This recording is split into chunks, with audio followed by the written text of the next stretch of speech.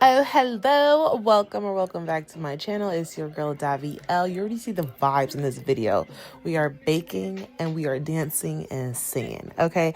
I don't know if I'm going to leave the sound in the backdrop of this video because it's my first time doing a voiceover, so bear with me. But basically, this day is a typical day in my life where I am baking up a storm, different breads for different reasons, and it's for the household. And I baked about, I want to say like 4 bread plus burger buns as well, which was pretty amazing, totally needed. So as you see, I just finished with one dough. I'm headed to my next dough. I'm creating a lot of dough here because obviously I'm making a lot of bread. So you're going to see the same old thing over and over.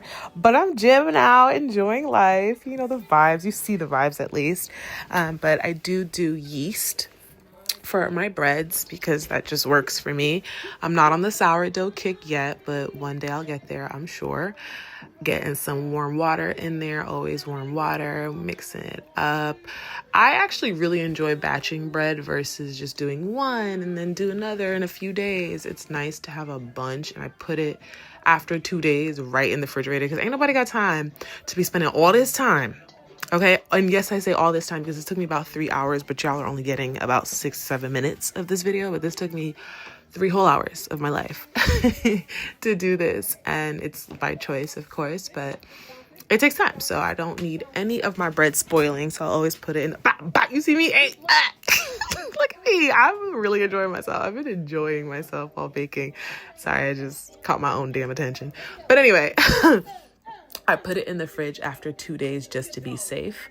When it's cooler in your house, you can leave it out for a little longer, maybe 3 or 4 days. But I don't take no chances. What's the point of taking a chance like that? I'd rather have delicious bread and I just throw it right on the stove and toast it for like 5 minutes. I don't have a toaster. Don't come at me. Anyway, but yeah, I just put it right on the stove and I toast them and they're fine out of the refrigerator. It works. I don't know what anyone else sees as a difference. But anyway, I probably should be telling y'all what I'm making, huh? Well, yeah, this is bread number, I think 3. I let the dough rise, of course, consistently.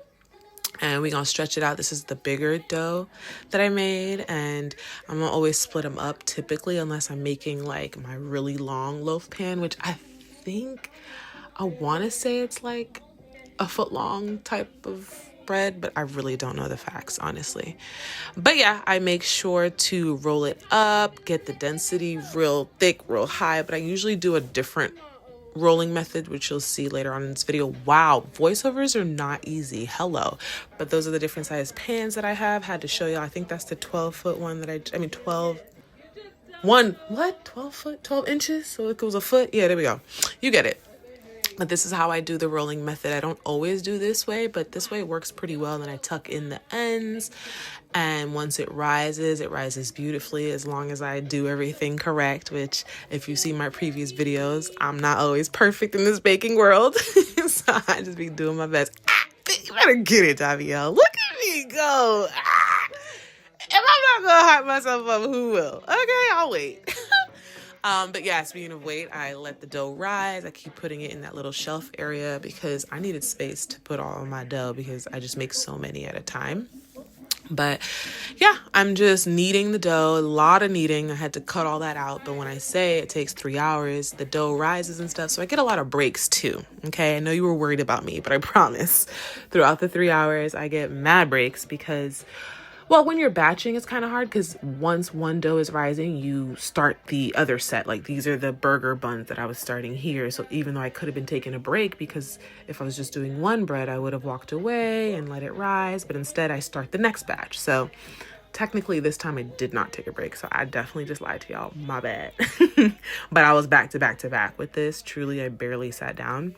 But I'm a busybody, so I don't mind this, to be honest, especially when I time it out right. But typically on a normal day, I'll just do the bread dough, let it rise. That'll give me an hour to take a break, relax, come back to it, then form the dough just like I'm about to form this dough right here, then let that rise one more time, then put it in the oven. So that's like about an hour and 30-minute break in between doing everything. Hopefully that makes sense. But yeah, so this is kind of just, I think, one of the last bread that I'm doing. Yep. And then I'm gonna now get them all ready. I think they rose already. Wow, I did not plan this out, y'all. As you can see, I'm free flowing, but I'm scoring the bread now because this helps with the rise. Let it puff up, get a little chubby on us. You know what I mean? Get a little bang, bang. See how thick she got? I hope you remember. Run the tapes back to see how small that loaf looked. And you see how big it looks now? The one all the way to the right. You know what I'm talking about? You see how that thing rose? She rose to the occasion. Let's go, baby. So that is the joy of my life. To see stuff like that makes me so happy. That means the dough is healthy. Look at them burger buns getting ready, brushing them with some margarine. I'm gonna throw some sesame seeds. Y'all, my sesame seeds all fell off. I need some tips on how to utilize sesame seeds from a vegetarian standpoint. I know I can use eggs, so not even vegetarian, just no eggs, please. But other options. I think milk, people have said milk, so I could try that. But man, they all fell off. Like, don't even let me hold you. All the seeds fell off, every single one. But that's what it looks like in the shelf area, still rising. And then boom, look at the results, baby. I was burning myself, had to definitely put a little thing on. But everything came out pretty good. I had some little bottoms that weren't burnt, but they were definitely browned a little more than I wanted. And then some of the bottoms were perfect. So you see, like this one, I mean, you see the vibes, but it was just as delicious. Even when I tasted it, I did not remember that I even burned the bottom. And the people that ate it did not feel that either, and they weren't just being nice. But these are the results, y'all. I felt so happy. This bread lasted pretty long.